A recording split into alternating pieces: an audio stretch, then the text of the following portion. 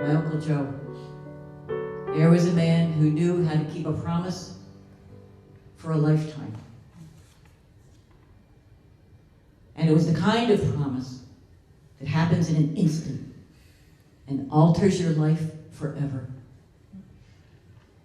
A promise like a tattoo on the soul that gets inked in somehow, whether you agree to the task or not.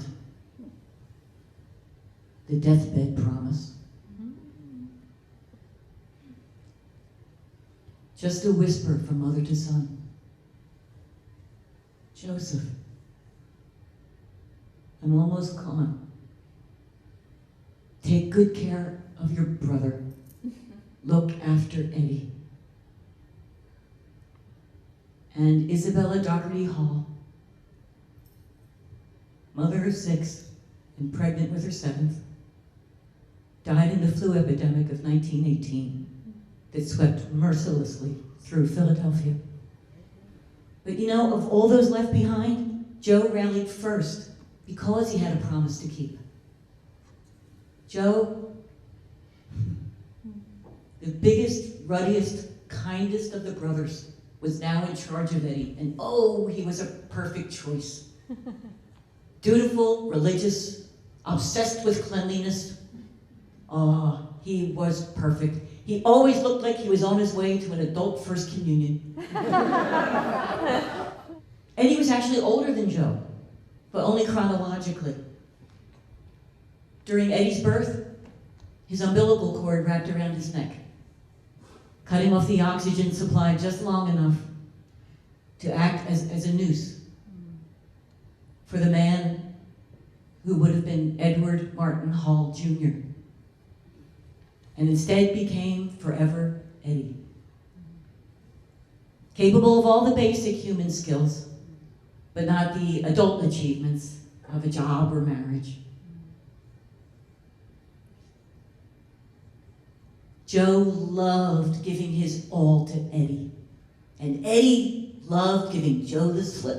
He would wait till all the other men were out of the house on their way to work, and then he'd open the door to wander. Eddie was famous for his 3-day trips. Oh, the whole neighborhood was always on the alert for Eddie sightings.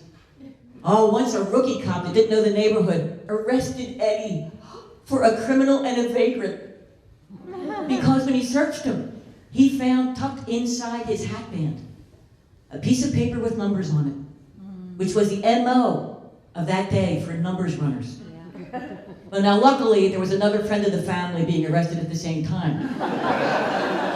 And he recognized Eddie. He said, hey, that guy ain't no criminal. He's just a wanderer. Them numbers inside his hat, that's the address of his house in case he forgets where he lives.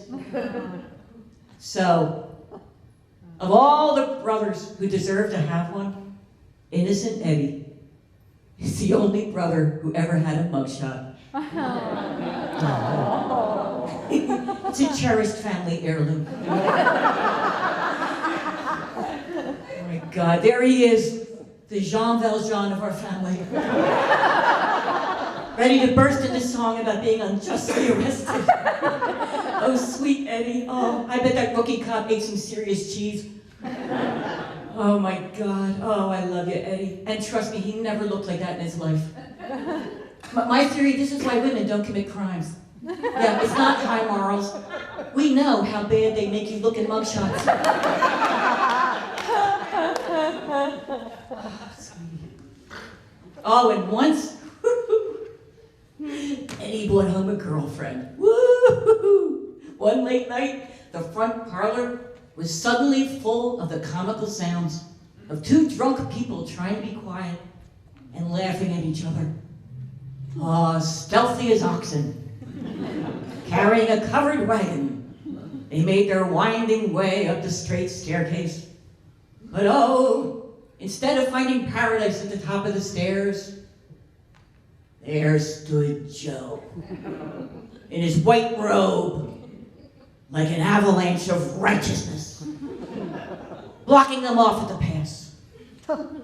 Oh, the floozy was banished.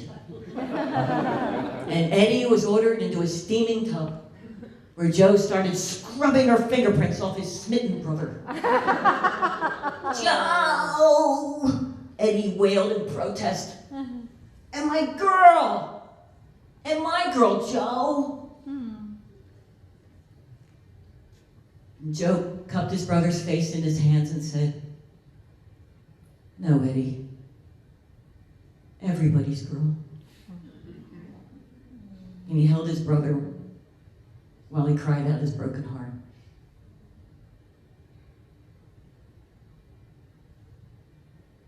Eddie died suddenly of a brain aneurysm in that same little living room that framed most of his life. In the same house where he'd been born, and his brain had been altered from birth. His brain fought again and lost. He collapsed into the last few seconds of his life. And they found him, curled up, like that cherished, protected little human being that had been inside his mother,